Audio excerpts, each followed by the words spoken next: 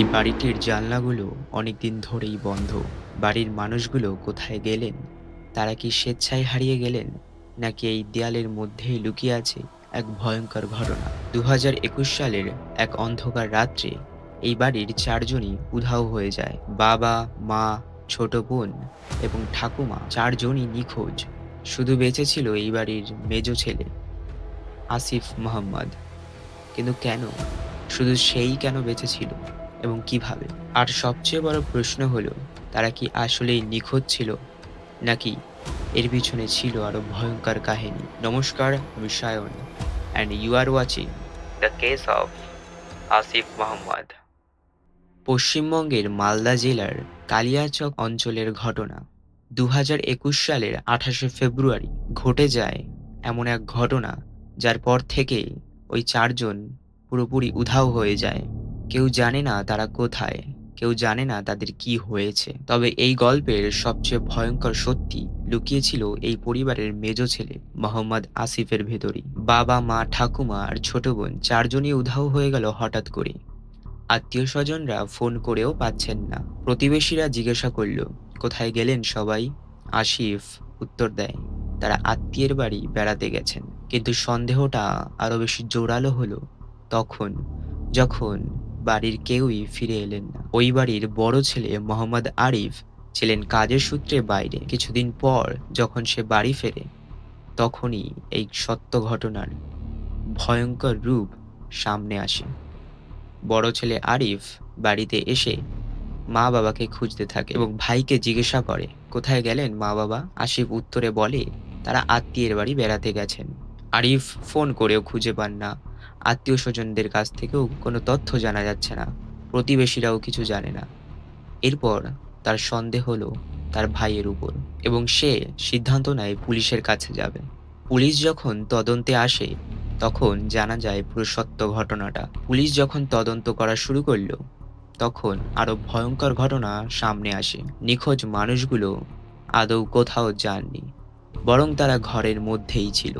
কিন্তু কিভাবে আর কোথায়, তখন কেউ জানতো না এই কেসটা এত ভয়ঙ্কর হতে চলেছে।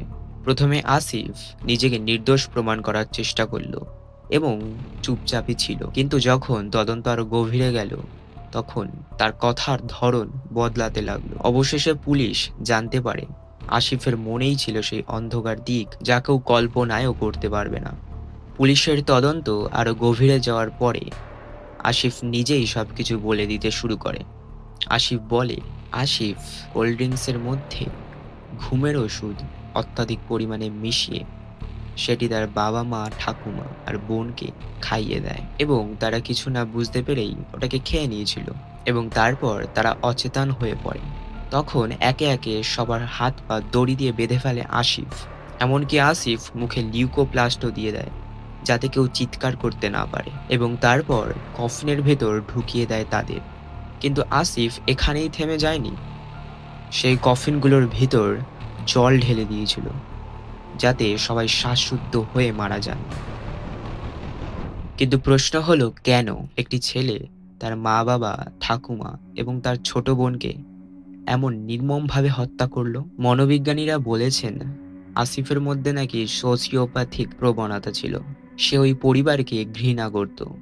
সে চাইতো সবকিছু নিজের নিয়ন্ত্রণে নিয়ে আসতে। পুলিশ তদন্ত থেকে জানা যায় আসিফ ইন্টারনেটে মৃতদেহ সংরক্ষণের কৌশলগুলো জানার চেষ্টা করছিল। তার ল্যাপটপে পাওয়া গেছে অদ্ভুত সব সার্চ হিস্ট্রি, যেমন কিভাবে কাউকে শ্বাসরোধে মারা যায়, বডি ডিসপোজ করার সহজ উপায়। এমনকি জানা গেছে আসিফ ডার্ক ওয়েবের সাথেও যুক্ত ছিল। প্রতিবেশীরা জানিয়েছেন আসিফ নাকি ইলেকট্রনিক্স গ্যাজেটের প্রতি খুবই আসক্ত ছিল। এমনকি বাবার টাকায় 16টি সিসিটিভি ক্যামেরা তার বাড়ির চারপাশেও লাগানো হয়েছিল। ঠিক 4 মাস পর আসিফ গ্রেপ্তার হয় জুন মাসের 19 তারিখ 2021, এবং এই ঘটনা মালদা সহ পুরো বাংলাকে কাঁপিয়ে দিয়েছিল সেই সময়। পুলিশ তদন্ত করে আরো জানতে পারে তার দুই বন্ধুর কাছ থেকেও পাওয়া যায় বন্দুক, যা হয়তো তারা কিনেছিল ওই ডার্ক ওয়েব থেকেই। সবার মুখে একটাই প্রশ্ন ছিল, সে কি পাগল? আদালতের বিচার চলাকালীন আসিফের আইনজীবী দাবি করেন সে মানসিকভাবে সুস্থ নয় এবং তাকে মানসিক পুনর্বাসনে পাঠিয়ে দেওয়া হোক। কিন্তু পুলিশ তদন্ত এবং ফরেনসিক রিপোর্ট বলে দেয় আসিফের মধ্যে কোনো মানসিক ভারসাম্যহীনতা ছিল না। সে ঠান্ডা মাথায় এবং ধাপে ধাপে প্ল্যান করেই তার পরিবারকে খুন করেছিল। অবশেষে আসিফকে গ্রেফতার করে তার বিরুদ্ধে প্রথম ডিগ্রি হত্যার অভিযোগ আনা হয়। আসলে এটাই কি আমাদের সমাজের ভবিষ্যৎ? একটি সন্তান যে পরিবারেই জন্মায় তারাই কি একদিন তার সবচেয়ে বড় শত্রু হয়ে ওঠে? নাকি আমাদের সমাজের ভেতর জন্ম নিচ্ছে এমন এক প্রজন্ম যারা ধীরে ধীরে ভয়ঙ্কর মানসিকতার দিকে এগিয়ে যাচ্ছে? তবে আপনার কি মনে হয় কমেন্টে লিখতে ভুলবেন না। নমস্কার।